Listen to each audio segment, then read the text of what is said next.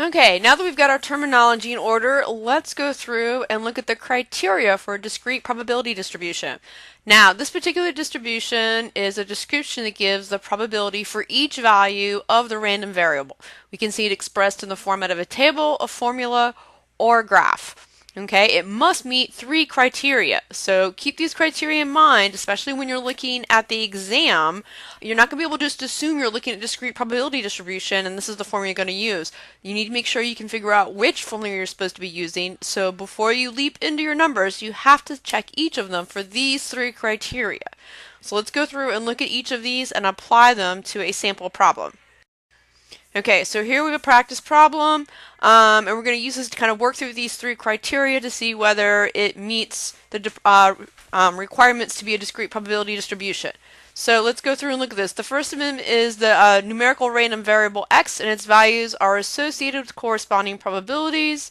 And yes, we can see we have that here. So there's my p of x, okay, and as we go through, we can see that each of the values of x, so this is the number of girls born if you're give birth to twins, the number of girls possible in the birth. And so we can have 0 girls, 1 girl, or 2 girls. So that's our value. Our x is the number of girls, okay, in the birth of twins.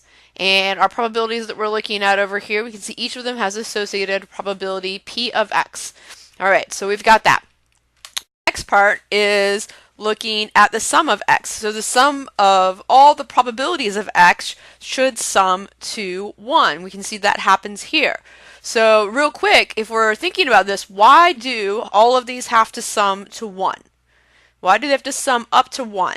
So thinking about this, what does the 1 represent when we're talking about probabilities? So when we think about that table, the figure that we looked at previously, and we had the probabilities going from 0 up to 1. What did 1 represent?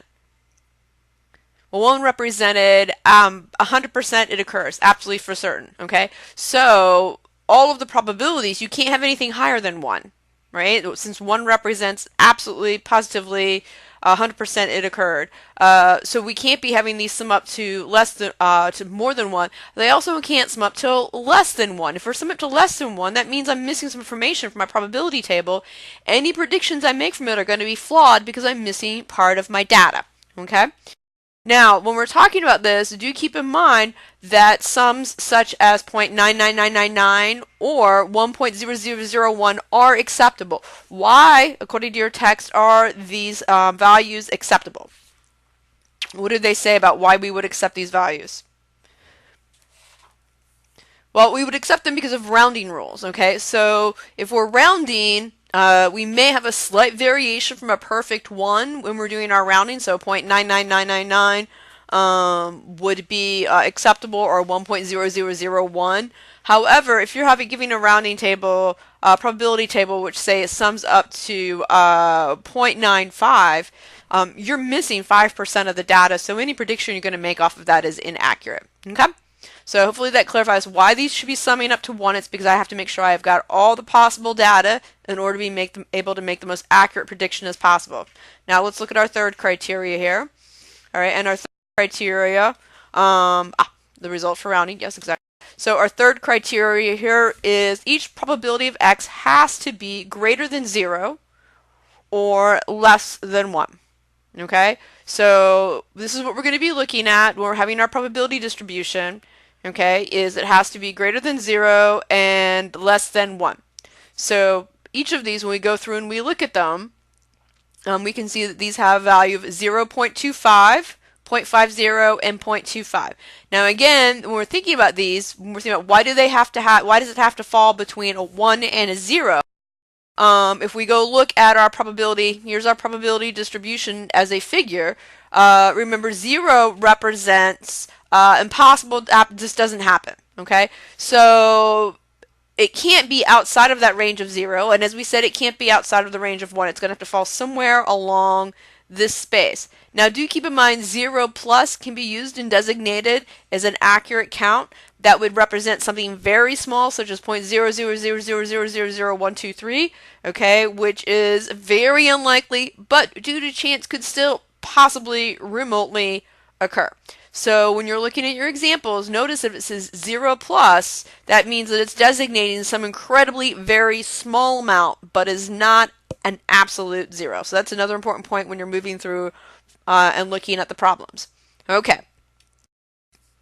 So let's go through and look at these for some practice problems. So look at problems number 8, 10, 12, and 14 in your book. So these are page 207 through 208, which is a pause the video here and go through and specify which ones are probability distributions and which ones are not for each of the examples below. So you're going to be going through and you read each of the scenarios. You're going to check them for each of these criterias in the order over here. Actually, well, it's to the left. But yeah, so over to your left. So you're going to make sure that each of them, each numerical random variable x is associated with a corresponding probability, keeping in mind that corresponding probability, so we have that, keeping in mind that counts as plus 0 would be a very small amount. Then you need to check to make sure they sum to 1. And then the last part you need to be going through and looking at is deciding if each p of x has a value that is greater than 0 but less than 1. So take a few moments, pause the video here, and go through and check that. And then turn the video back on, proceed to the next slide, and we'll check your answers together. Okay, so looking at these probability, so number 8 is a probability distribution. It meets all of the requirements 1, 2, and 3. Number 10 is not a probability distribution. It does not have numerical random variables. So remember when we looked at that, so you've got here, when you're looking at that one, that was the question about flirting. And so we can see by email, in person, etc., those are categories. So it is not a probability distribution. So because we're dealing with categories there. Number 12 is a probability distribution.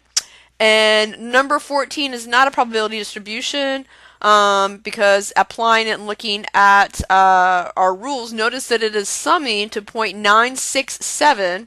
And again, checking the limits that we're willing to accept with an attribution to rounding error, this is still too far outside the range. So this would tell me with number 14, numbers need to go back and the table needs to refine further so that we can get a sum that's coming up closer to a 1.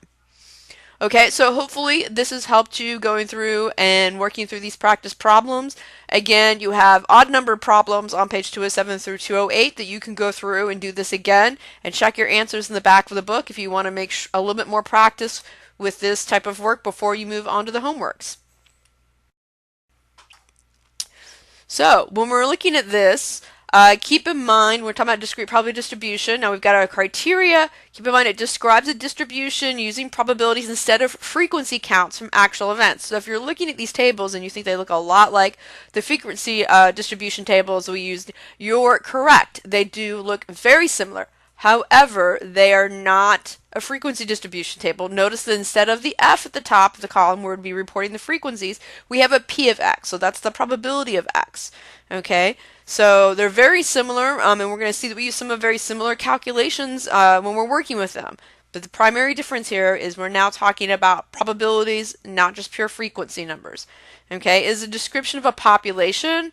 So the mean, standard, deviation, and variance that we're going to be working with are all parameters, not statistics.